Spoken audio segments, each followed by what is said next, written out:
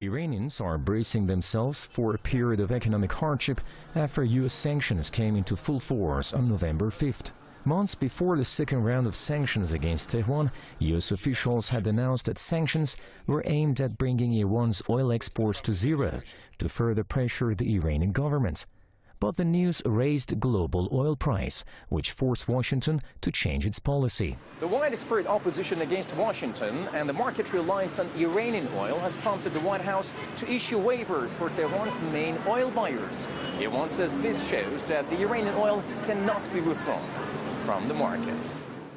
But people believe Washington's sole purpose of maximizing economic and political pressure on Iran is to make life difficult for the Iranian nation and indeed create division between the government and the people.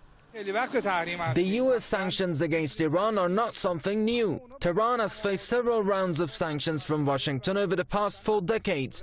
Of course, sanctions have an impact on Iran's economy and the people, but Iranians know how to deal with it if they get united. The U.S. has violated an international treaty when it quit the nuclear deal, and their imposition of sanctions is a huge mistake. But if Iranian officials strictly control prices, the sanctions will not affect the nation that much. The U.S. sanctions are illegal and unjust. More than anything, they will affect ordinary people's lives. Sanctions are indirectly targeting medicine and food for Iranian people because banking restrictions will prevent medical imports into the country.